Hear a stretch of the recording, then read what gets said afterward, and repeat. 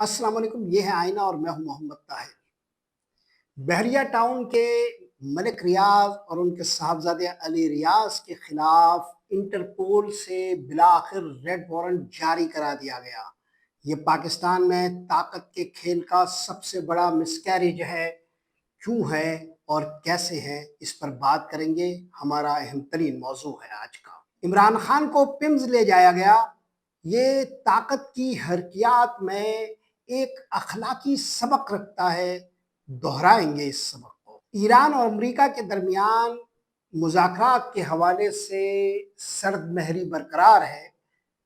Donald Trump ने आज अपने सोशल हैंडल पर एक मजाक किया है, अपने आप को एक गैंगस्टर के तौर पर पेश किया है। ईरान को कोई सबक देना चाहते हैं, इस पर बात करेंगे सबसे आखिर में। अपने पहले मौजू को लेते हैं। मलिक रियाज के मुतालिक आज चेयरमैन नैब लेफ्टिनेंट जनरल रिटायर्ड नज़ीर अहमद भट्ट साहब ने मीडिया के कुछ नुमाइंदों से गैर रस्मी गुफ्तगू करते हुए ये कहा कि उनके रेड वारंट जारी करा दिए गए हैं। मलिक रियाज और अली रियाज के जो इंटरपोल से रेड वारंट जारी कराए गए हैं, इस हवाले से काफ़ी सारी बातें उन्होंने कही है। मैं आपको कुछ निकात इसके सामने रखता हूँ, फिर इस पर तबसरा करूँगा। वो निकात आपके सामने रखना इसलिए ज़रूरी है कि एक मुहीत और मरबूत मौजू के साथ हम ज़ेर बहस लाएँ कि पाकिस्तान के अंदर करप्शन का जो खेल है और उस खेल से निमटने के लिए हमारी जो नफ्सियात हैं वो बुनियादी तौर पर क्या है। ये नफ्सियात जो करप्शन से निमटने के लिए हमारी है, हमारी जो तदबीरें हैं, हमारी जो हिकमत अमली है, वो ख़ुद करप्ट है, वो ख़ुद करप्शन ज़दा है। और ये कितना मुहीत कैंसर है, इसको पेश नज़र रखने के लिए ज़रूरी है कि इसमें जिन निकात का हवाला चेयरमैन नैब दे रहे हैं उसको ज़रा बारीक बीनी से देख लिया जाए। चेयरमैन नैब कह रहे हैं कि नैब के कहने पर इंटरपोल ने मलिक रियाज और अली रियाज के रेड वारंट जारी कर दिए हैं। वो ये भी कह रहे हैं कि मलिक रियाज के खिलाफ 900 अरब रुपए से जायद की तहकीकात मुकम्मल हो चुकी है। चेयरमैन नैब की इस मीडिया ब्रीफिंग में यह भी बताया गया कि बहरिया टाउन कराची के केस में कई सियासतदानों से तहकीकात मुकम्मल की गई है। ये आज की उनकी गुफ्तगू का एक अहम नुक्ता था। वो दो इदारों पर बहुत गरज बरस रहे थे। उन्होंने IMF की जो पाकिस्तान के हवाले से करप्शन की रिपोर्ट है, इसको मुस्तरद किया। इसी तरह वो ट्रांसपेरेंसी इंटरनेशनल के हवाले से भी बहुत ज़्यादा बरंगेख्ता थे और उन्होंने कहा कि 2-3 लोग हैं जो इनके दफ्तर में बैठे हुए होते हैं और ये 800-900 लोगों का एक सैंपल लेते हैं, एक नमूना लेते हैं और पूरे मुल्क के बारे में एक राय दे देते हैं। उन्होंने ट्रांसपेरेंसी इंटरनेशनल को भी तस्दीक का निशाना बनाया और कहा कि IMF की जो रिपोर्ट है करप्शन के हवाले से, हम उसको कोई वजन नहीं देते और अब ये हमारे बेडरूम्स में घुस रहा है। हमें ज़्यादा IMF को अहमियत देने की ज़रूरत नहीं है। IMF से हम एक किस्त का इंतज़ार कर रहे हैं। हमारी मईशत के अहम तरीन मामलात इन्हिसार करते हैं IMF पर। इस हवाले से पाकिस्तान के करप्शन के सबसे अहम तरीन इदारे के सरबराह के ये अल्फाज हमारा कितना ताक़ुब करेंगे और ख़ुद IMF के अंदर ये क्या रद्दअमल पैदा करेगा, ज़ाहिर है इस पर कुछ बहुत ज़्यादा सोचने समझने की ज़रूरत नहीं है।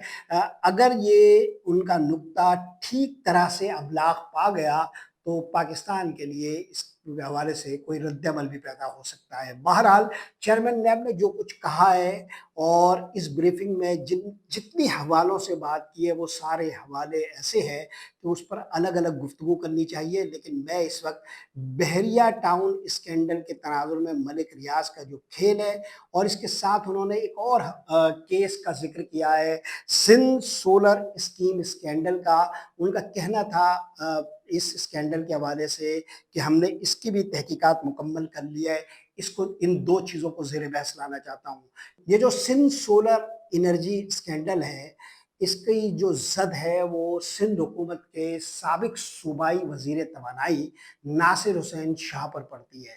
नासिर हुसैन शाह साहब इस केस में गर्दन गर्दन धँसे हुए हैं اور وہ پچھلے کچھ عرصے سے نیب کی اس تحقیقات سے بہت زیادہ خائف تھے اور انہوں نے بہت زیادہ اپنا اثر و رسوخ طاقتور حلقوں کے درمیان استعمال کیا تھا۔ اس حوالے سے انہوں نے اپنے ان رشتہ داروں کو استعمال میں لائے تھے جو طاقتور حلقوں کے بہت قریب تھے، اپنا سیاسی اثر و رسوخ پورا استعمال کیا تھا اور کافی عرصے سے اس کی تحقیقات التوا میں ڈالے رکھی تھی اور اس پر عملی کارروائی نہیں ہوئی تھی۔ نیب ذرائع سے جب میں نے اس حوالے سے معلومات حاصل کرنے کی کوشش کی تھی تو کچھ ماہ پہلے ہمیں یہ بتایا گیا تھا کہ نیب نے اپنی تحقیقات مکمل کر لی ہے، مگر وہ اس پر عملی کارروائی سے اس وقت گریزاں ہے۔ اب چیئرمین نیب نے اس حوالے سے یہ کہا ہے کہ اگلی 6 ماہی میں اس حوالے سے گرفتاریاں شروع ہو جائیں گی۔ اگر گرفتاریاں ہو رہی ہے تو یہ گرفتاریاں کس نوعیت کی ہوں گی؟ یہ گرفتاریاں کیا سیاستدانوں تک پھیلیں گی یا یہ صرف کچھ افسران کی گرفتاری کے بعد معاملے کو قالین میں دبانے کا باعث بنے گی، یا اس کو سامنے لانے سے پہلے ہی معاملات کی ایک حد طے کر لی گئی ہے؟ یہ سب کچھ تو اس وقت سامنے آئے گا جب اس معاملے میں نیب عملی اقدامات کی کوئی ہمیں چھب دکھلائے گا۔ اب ذرا ملک ریاض کی طرف رخ کیجئے۔ ملک ریاض ہمارے ملک میں کرپشن کا ایک چہرہ ہے۔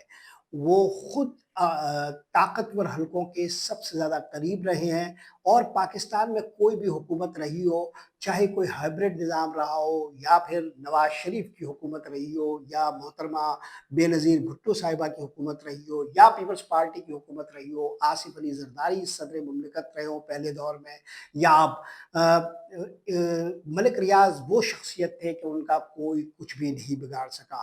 وہ خود یہ کہتے رہے ہیں کہ میں نے طاقتور سے طاقتور آدمی کے دروازے کو اپنے پاؤں کی ٹھوکر سے کھولا ہے، اور وہ طنزاً مذاقاً اور کبھی کبھی تہذیب کے انداز میں یہ کہتے رہے ہیں کہ 2 پیسے کا کوئی بزنس اگر کرنا ہو تو اس ملک میں کرپشن کے بغیر ممکن نہیں ہے۔ یہ بات انہوں نے کئی مرتبہ انٹرویوز میں کہی ہے۔ سوال یہ پیدا ہوتا ہے کہ ان کے خلاف جو بھی تحقیقات ہو رہی ہیں 900 ارب روپے سے متعلق ہو یا بحریہ ٹاؤن کراچی کے حوالے سے ہو یا کہیں کسی بھی حوالے سے ہو، کیا ملک ریاض کی یہ کرپشن کسی شراکت دار کے بغیر ہوئی ہے؟ کیا ملک ریاض نے جو بھی کرپشن کی ہے وہ اس نظام کی حمایت، مدد اور معاونت سے نہیں کی؟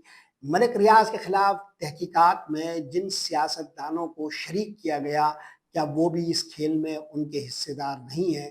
سوال نیب سے یہ پوچھنا چاہیے کہ یہ سارے لوگ تو کہیں ملک سے باہر نہیں ہیں، یہیں پر ہیں، ان کی گرفتاریاں کیوں نہیں ہو رہی؟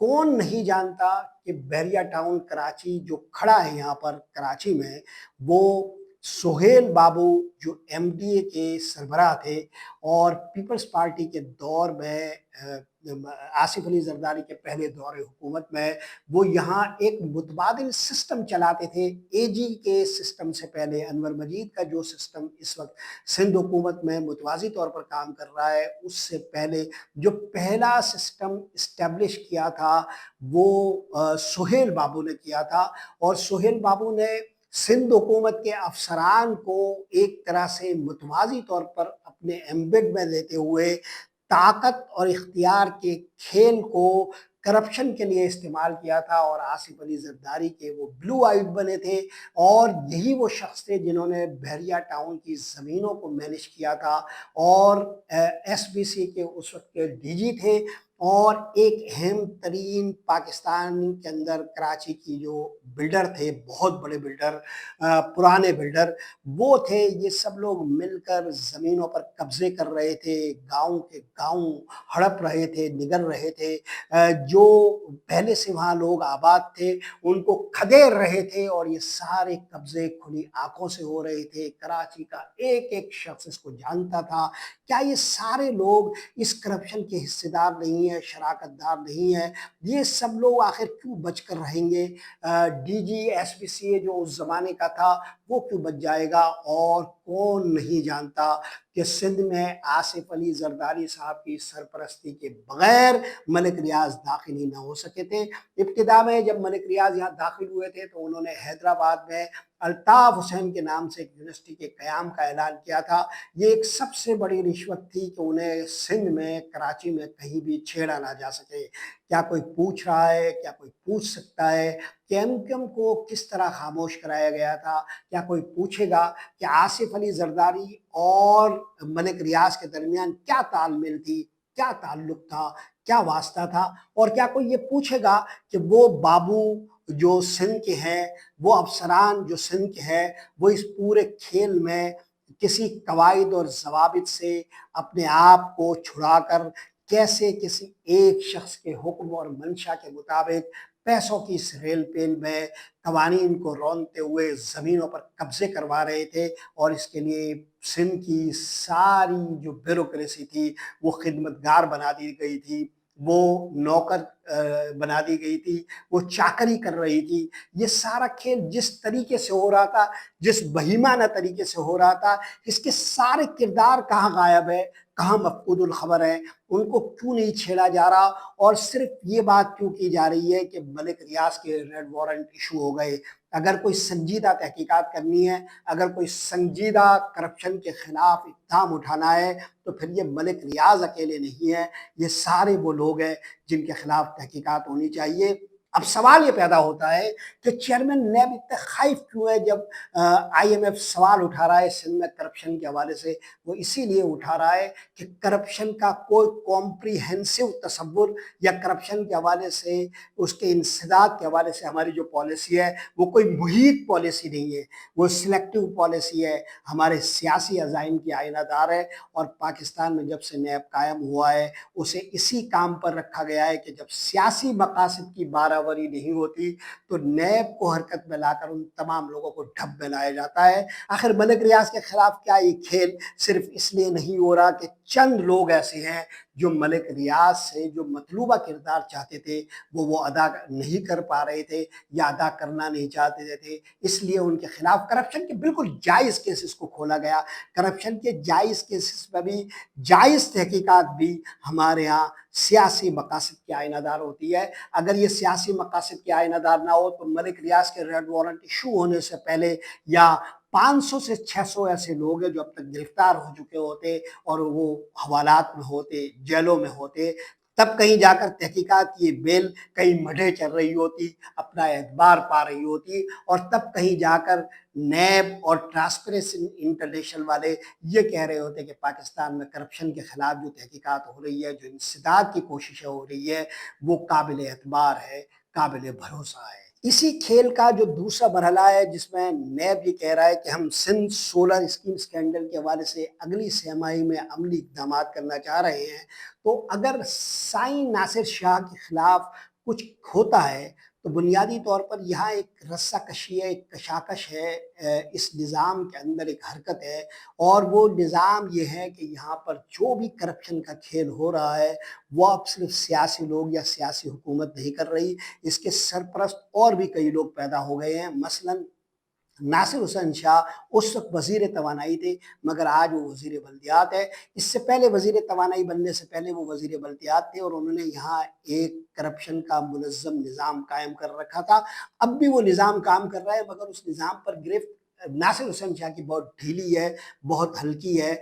वो अपना खेल ज़रूर खेल रहे हैं, मगर अब जो बल्दियात के मुख्तलिफ महकमे हैं, चाहे वो SBC हो, चाहे वो MDA हो, चाहे वो लियारी डेवलपमेंट अथॉरिटी हो, या चाहे वो KMC हो, या फिर वाटर बोर्ड हो, सिंध सॉलिड वेस्ट मैनेजमेंट हो, या दीगर महकमे हो, उन तमाम में करप्शन का एक पैरेलल निज़ाम है। मगर ये निज़ाम सिर्फ सियासी लोग कंट्रोल नहीं करते, ये सिर्फ सिंध की ब्यूरोक्रेसी कंट्रोल नहीं करती।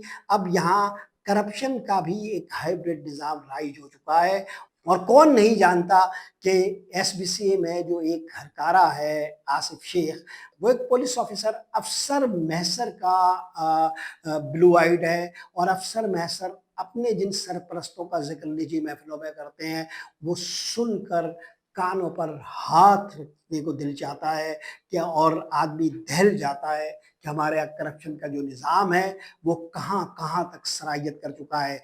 अफसर मैसर जो इस वक्त DG CTD है, उनकी सरपरस्ती में काम करने वाला आसिफ शेख एक ऐसे निज़ाम का हिस्सा है कि जो पाकिस्तान कराची में जो बिल्डिंगें इमारतें तामीर हो रही है उसकी जो ब्लैक मनी है वो उन जगहों पर पहुंचाता है कि जिसका जिक्र करते हुए आदमी अपने आप में एक शर्मिंदगी महसूस करता है।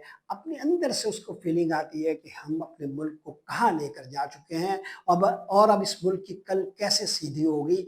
नेब को जिस पर तवज्जो देने की ज़रूरत है वो इन चीज़ों पर तवज्जो देने की ज़रूरत है कि अब करप्शन सादा मानों में करप्शन नहीं रही, अब करप्शन सादा लफ्ज़ों की करप्शन नहीं है, अब करप्शन बहुत पुरपेच हो चुकी है, हाइब्रिड निज़ाम में ढल चुकी है। और इस हाइब्रिड निज़ाम ही के बाइस इस वक्त सूरत हाल ये है कि सिंध हुकूमत के ये वजीर जिनका नाम नासिर शाह है, वो एसबीसी में अपनी गिरफ्त कमज़ोर होने के बाइस एंटी करप्शन सिंध के जरिए कोशिश ये कर रहे हैं कि वो अफसरान जो बजाय नासिर हुसैन शाह के निज़ाम में नहीं ढल पा रहे या उन्हें मतलूबा नताइज नहीं दे रहे, उन तमाम अफसरान के खिलाफ एंटी करप्शन के जरिए तहकीकात करवा रहे हैं। यानी आप अंदाज़ा लगाइए कि बदउनवानी के खिलाफ एंटी करप्शन को हरकत में लाने के लिए जो नीयत काम कर रही है वो सिर्फ ये है कि बदउनवानी के इस पूरे मुतबादिल निज़ाम पर हमारा कंट्रोल कमज़ोर है और किसी और का कंट्रोल ज़्यादा मजबूत है। चुनांचे 220 इमारतों के हवाले से इस वक्त एंटी करप्शन ने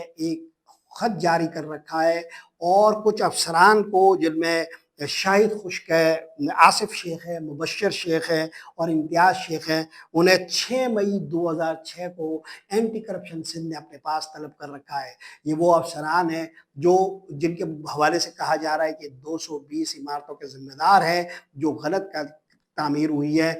कराची में 220 इमारतें गलत तामीर नहीं हुई, सैकड़ों और हज़ारों इमारतें हैं। और इस खत का जो बुनियादी रुख है वो DGSBCA मुजम्मिल हुसैन हालीपोता के खिलाफ है, जो इस वक्त नासिर शाह की मुकम्मल सरपरस्ती में रहने के बजाय अपनी छतर साया कहीं और बना चुके हैं और वो ये समझते हैं कि वो जिस साइबान में है उस साइबान में मुजम्मिल हुसैन हालीपोता को वो हिला नहीं सकते।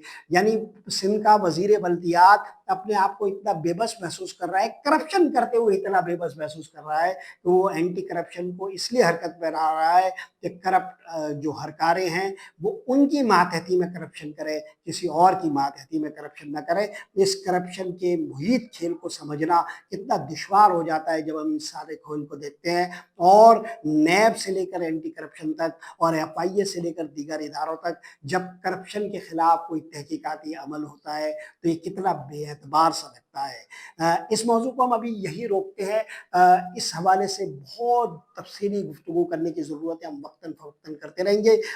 अब वक्त इतना नहीं रह गया कि हम ईरान अमरीका मुज़ाकरात पर बात करें। सिर्फ इमरान खान के इलाज के हवाले से अर्ज़ कर दूँ कि मंगल के रोज़ उन्हें पिम्स हॉस्पिटल ले जाया गया था। इस दफ़ा भी उनके रिश्तेदारों को और उनकी सियासी जमात PTI को नहीं बताया गया। इस हवाले से आज एक प्रेस कॉन्फ्रेंस भी की है PTI रहनुमाओं ने, जहाँ सिर्फ इतना अर्ज करना मकसूद है कि ताकत हमेशा खुद को बेहतिसाब देखना चाहती है और अपने ऊपर किसी निगहदारी को कबूल नहीं करती। ताकत एब्सोल्यूटनेस की तरफ जाती है और यही वो मसला है। कवानीन जो जितने बनाए गए हैं उसमें ताकत के इसी मिजाज को कंट्रोल करने की कोशिश की गई है, मगर ताकत का ये जो पूरा खेल है, जो अपने आप को बेहिसाब रखना चाहता है और बेहिसाब रखना चाहता है, ये एक रोज़ अपने ही बोझ तले दब जाता है, ढह पड़ता है। ये निज़ाम भी अपनी इन्हीं खराबियों का शिकार है। कब ढह पड़ेगा कोई नहीं जानता। तारीख़ हमें ये बताती है कि ऐसे ताकतवर लोगों से कब्रिस्तान आबाद है। आज के लिए यही कुछ। मोहम्मद ताहिर को इजाज़त दीजिए। अल्लाह निगहबान।